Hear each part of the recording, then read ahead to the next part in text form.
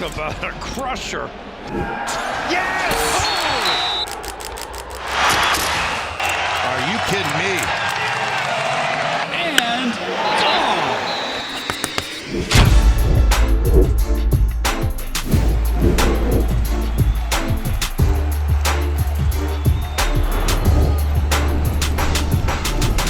Welcome back to the Schoolyard Sports podcast.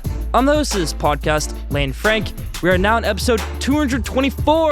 Yes, we're 224 episodes through, and I got an action-packed episode planned for you. We're midway through the summer, and we just wrapped up Wimbledon, where Jannik Sinner took home the title over Carlos Alcaraz. The MLB All-Star break is over. Football is coming up with training camps all across the league, and college football starting up soon. So get ready for an action-packed episode 224. Let's hop into it. It's good to be back, everybody. Episode 224. Last week was the Iron Eagle interview. You know, a little summer break we had in there with not a full episode, just an interview. But good to be back and glad to bring back the headlines for the 224th straight episode right here. But let's hop into it with the NBA, where Chris Paul is heading home to LA. Seems perfect for Chris Paul. Going to be his last NBA season. 21 seasons in the league. Chris Paul, and he's heading back to LA. When I think of Chris Paul's legacy, for me, it isn't his legacy of playing with the Pelicans. It isn't him playing with the Suns, playing with the Rockets, definitely not playing with Spurs or Warriors. For me, Chris Paul is a Clipper. That's what Chris Paul, for me, has always been. The LA star who is a Clipper. He moved away in 2017 to go to the Rockets, and hey, he was good with the Rockets. Hey, he was good with the Suns. He made the finals. We all can assume that Chris Paul is not going to make the finals this season, not going to win a championship, which is tough because he's had a great career. And the Clippers, they're not a bad team. You still have Kawhi. You still have James Harden. You still have Zubac. But I don't think they're getting a championship. Which obviously is going to be tough for Chris Paul to understand that his whole career, 21 seasons in the league, one of the greatest passers of all time, one of the greatest point guard defenders of all time, isn't going to be an NBA champion. That's tough for him to realize. But Chris Paul heading back to LA, the Clippers, where he belongs. Another move gone LA with the Lakers. Marcus Smart, the 2022 Defensive Player of the Year, is heading over to the Los Angeles Lakers. A great deal for them. They're going to have to give up somebody, though, to make room for him. They're going to have to give up Dalton Connect, it seems, or Maxi Kleber to make room for Marcus Smart on that roster. And the Charlotte Hornets just won their first championship in franchise history. I'm not talking championship of an NBA championship. I'm not talking championship where you're winning your division, winning your conference. I'm talking a summer league championship for Charlotte, where Concanepal, where some people, including myself, have said that Concanepal wasn't a great pick at number 4, but hey, he won the Summer League MVP. That's big news right there for Charlotte. On the up and up, Charlotte wins the Summer League. That's bad for the news in the NBA. And then NFL, Will Levis is out for the whole entire season. Now, this is the downfall of Will Levis's career, a career where it's been bad at Penn State. Went to Kentucky, was good there, probably left a little too late, probably should have left earlier. But hey, he was a second-round pick, went to the Titans, and we all know his Titans legacy has gone. But this opens the door for Cam Ward now, which I'm excited to see Cam Ward be the starting quarterback. Tough for Will Levis. I think he'll probably land somewhere next season as a backup or a third stringer. Or hey, maybe he goes to Canada, plays in the UFL, maybe plays in the CFL. But Will Levis out for the whole entire season. The Green Bay Packers, the only public NFL team, have a new CEO, Ed Policy. Thought I'd bring that up right there. They don't have an owner. They have a CEO. Mark Murphy, who was their past one, he obviously had to deal with a lot of issues with Aaron Rodgers throughout the years. Ed Policy, hopefully he doesn't have to do the same with his new tenure team in the Green Bay Packers. That's about for the news in the NFL. In the MLB, I haven't got to talk about this All-Star break yet because we didn't have a full episode last week. We just had the interview. But Cal Raleigh, my favorite catcher in the MLB, won the home run derby on fire. He was my pick to do it, and he got it done for me. What a game. What a home run derby performance that was against O'Neal Cruz. And then when you think of the MLB All-Star Game, it was a great event. I mean, they do a perfect job of it. Some things I'd like to see. Have some rule changes. Maybe extend the foul ball lines a little bit. Imagine an MLB All-Star Game with no foul balls. Every ball is a live play. I think the game would even go quicker. Some people might think it'd take longer, but no, if you're putting every ball in play, as long as it doesn't go into the stands, I think it's a great idea. The MLB should try with the All-Star Game. Could get out of hand. Savannah Bananas don't even do that. But Kyle Schwarber won All-Star Game MVP through that swing-off.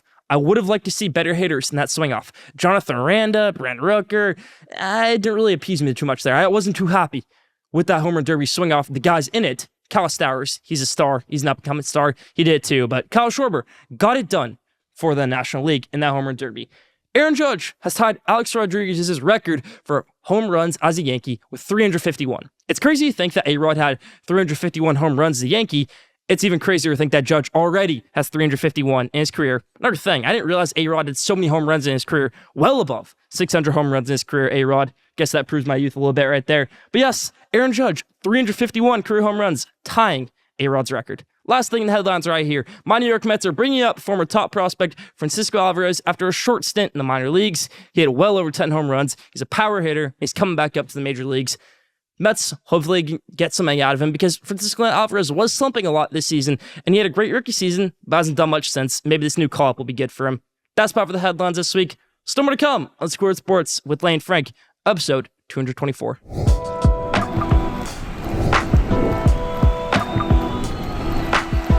Ring culture isn't valuable. It isn't. Now, when I say ring culture, I mean when you say, well, this guy isn't a superstar, this guy isn't a legend, because he didn't win a ring. There's plenty of guys that have rings that aren't legends, aren't superstars. Think of Patrick McCaw. That guy's 3 NBA championships in 3 years. Think of Will Smith in MLB. The guy's won an MLB World Series every single season. He won it with the Astros, won it with the Braves, won it with the Rangers. This guy won so many World Series in 3 years, but he's not a legend. He's not a superstar. But there's guys like Chris Paul, who I just talked about, Charles Barkley, Dan Marino, Mike Trout. They're all generational talents, and they're all underappreciated because they don't have a ring. To me, that doesn't make sense, especially for the MLB guys. Now, Dan Marino, I don't know how he didn't win a Super Bowl. He was a quarterback. You have full control over the field when you're a quarterback, but maybe that's before my time. Maybe there was something else with him. Charles Barkley, he was a center. He was a very dominant center, but Charles Barkley wasn't necessarily going to be the best player on the court always. He's a great Hall of Famer, but he's not necessarily a guy who you need to expect to win 5 rings in his career, and that's okay. Just because he didn't have a Michael Jordan 5-ring career, even if he did, would he even be at a Shaq level? Where Shaq won a lot of championships. I don't even know if Charles Barkley won that many championships. We would still put him in that conversation up there with Shaq. We don't now. I don't think we would if he had those championships. For Mike Trout, it's a bit different because it's baseball. He can control injuries, all that stuff out the way. Mike Trout's still a generational talent. So when I say ring culture isn't valuable to me, I don't care how many championships you have to be a legend in the Schoolyard Sports book. That's about for Take of the Week this week.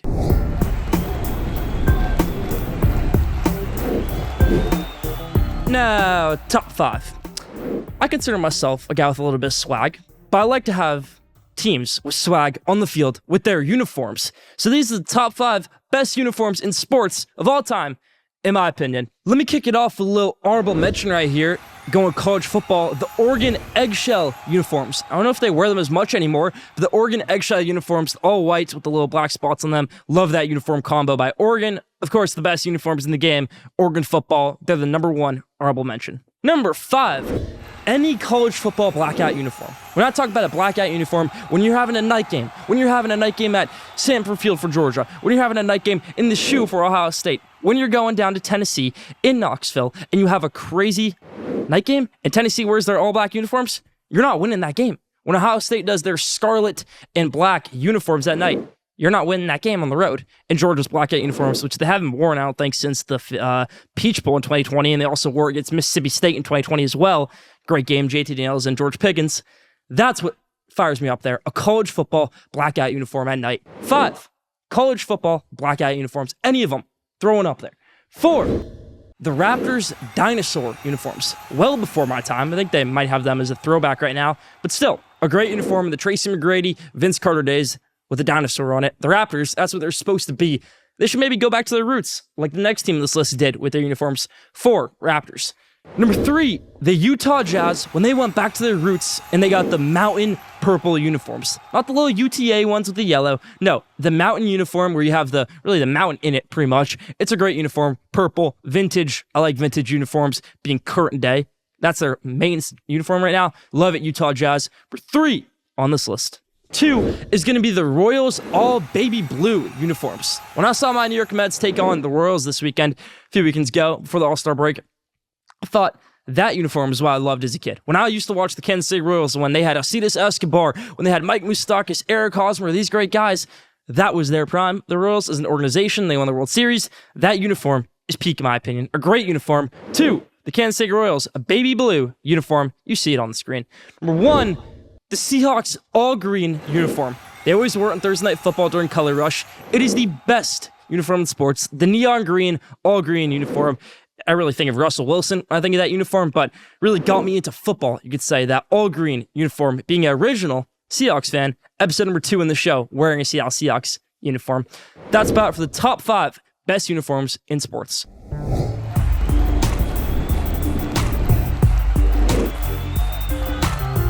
Now, did you know? This week's Did You Know is, did you know the 2000 Baltimore Ravens went 5 straight weeks without a touchdown on offense, but they still won the Super Bowl that season?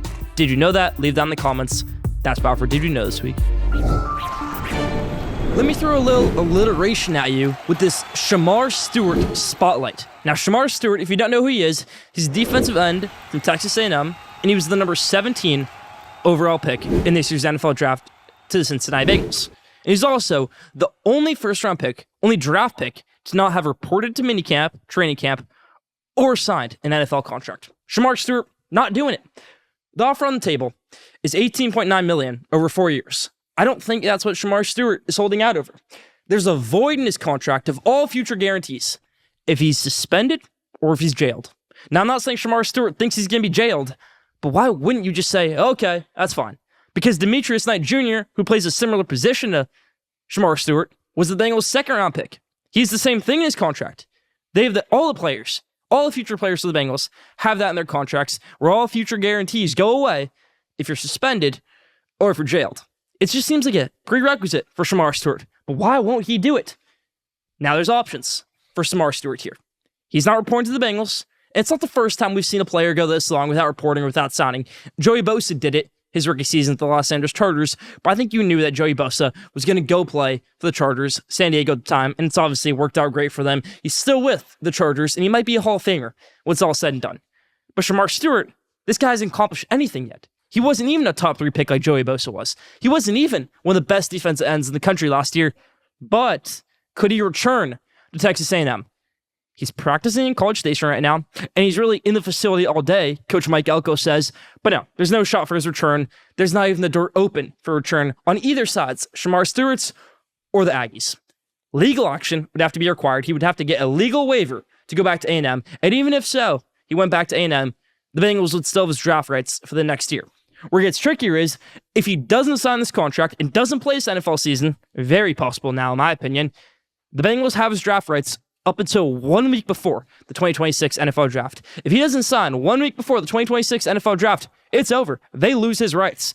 Now, Shemar Stewart probably wouldn't be a first-round pick anymore, but you'd have to think it'd be a crazy situation. I don't know the ruling on this. I don't know if other teams can tamper with Shemar Stewart, but it's an interesting situation, so I made him the spotlight this week. Bengals defensive end or free agent defensive end, Shemar Stewart is the spotlight. Still more to come on Schoolyard Sports' Lane Frank, episode 224.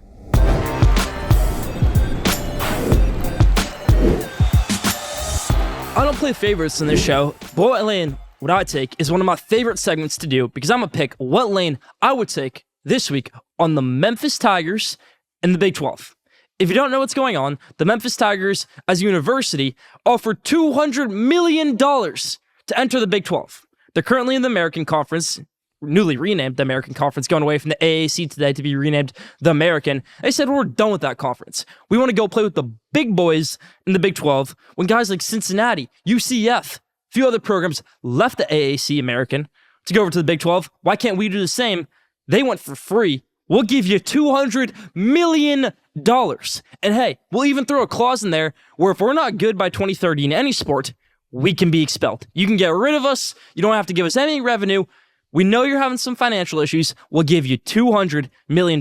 The Big 12, right away, 30 minutes, done. They said no. Wow, that surprised me.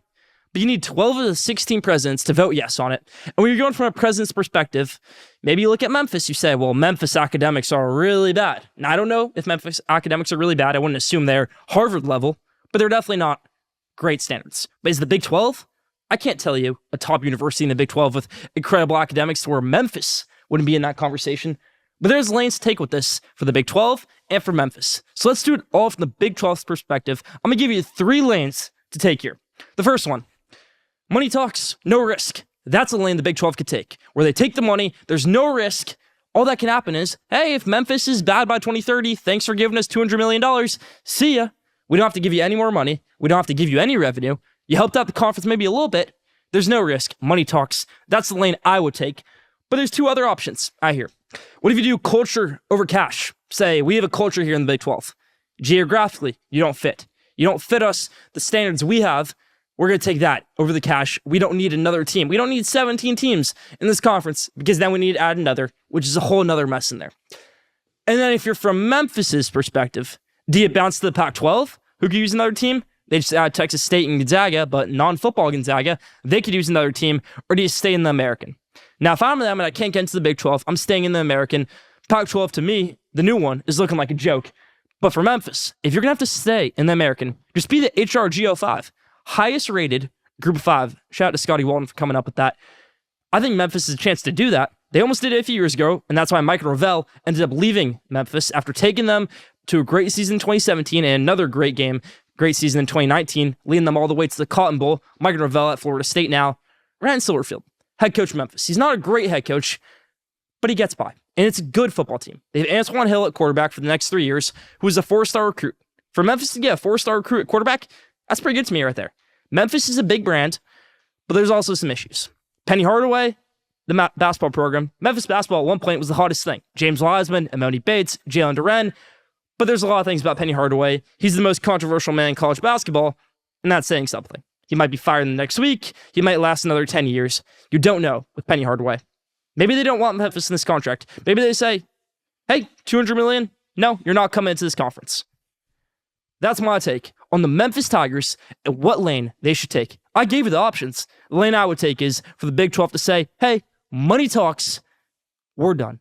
You're coming into this conference. That's the lane I would take if I was the Big 12 on Memphis. Leave your thoughts on this whole situation in the comments.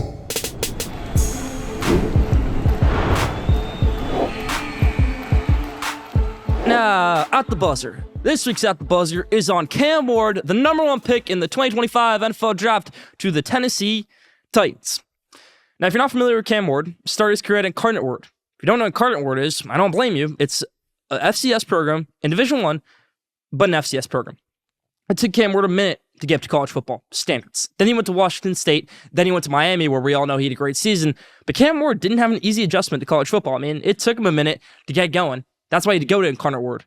Then he got going, Incarnate Word, went over to Washington State, had a bad first season, a good second season, and then a great first season at Miami. That's why he's the number 1 overall pick. But he's going to be thrown into the dog fire now. Why don't they bring back a guy like Ryan Tannehill? Ryan Tannehill is still a free agent. He was the starting quarterback for this team and brought them to the AFC Championship game only 6 years ago. Now I'm starting to think about it. Well, 2019, that's a bit a long time ago. But Ryan Tannehill was a decent quarterback for this team to where he could be a starter right now, and Cam Ward can sit back and learn from him. That's what I would do if I was Tennessee Titans. But we're in a new day and age in the NFL, where Jaden Daniels can have a great rookie season and look like an MVP, where CJ Stroud can do the same. But then you have a Caleb Williams, where it's a number 1 pick, and they struggle a little bit. Maybe it's a Zach Wilson. Maybe it's a Justin Fields. But hey, what if it's not? For Cam Ward, what I would do if I was Tennessee Titans, don't throw him to the fire. Just don't do it. Sign Ryan Tannehill. If Cam Ward's the best player of all time in the preseason, maybe play Tannehill for the first few games, then Cam Ward in there. Because you see how it goes. But I would not start Cam Ward out of the gate if I was Tennessee Titans. I do not trust Brian Callahan as a head coach. I don't trust his offensive line. I don't trust his defense to take care of get the ball back to him with a good lead. The Commanders were a great football team. They were established. That's why they did well. You think it was all because Jaden Daniels? No. You think CJ Stroud and the Texans made the playoffs and they got a win because of CJ Stroud? No. It was a good team around them. Titans don't have that. That's why I wouldn't start Cam Ward day 1. They're going to do it with the Will Levis injury. That's about for At the Buzz this week. My take on the Tennessee Titans and Cam Ward, the new starting quarterback in Nashville. Now, the best for last question day. This week's question day is, will this be Dak Prescott's last season with the Dallas Cowboys? Dak's been with them for a long time, and he's the highest paid quarterback in the NFL. Jerry Jones made some stern remarks today about paying Dak Prescott that contract, saying, well, Dak Prescott can't stay healthy. He didn't really say Dak, but he said, we paid a guy to be the highest paid player in his position, and he can't stay healthy. It's Dak Prescott who he's talking about. Will this be Dak's last season with the Cowboys? Leave your answer in the comments. That's about for question day this week. That's about for Schoolyard Sports and Lane Frank, episode 224. Thank you for tuning in. Follow Schoolyard Sports on Instagram at Schoolyard Sports. Follow Schoolyard Sport on X at Schoolyard Sport. Follow Schoolyard Sports on TikTok at Schoolyard Sports. Don't forget to subscribe, rate, and review for the best sports content in the world. Be back here next week, episode 225. Stay tuned.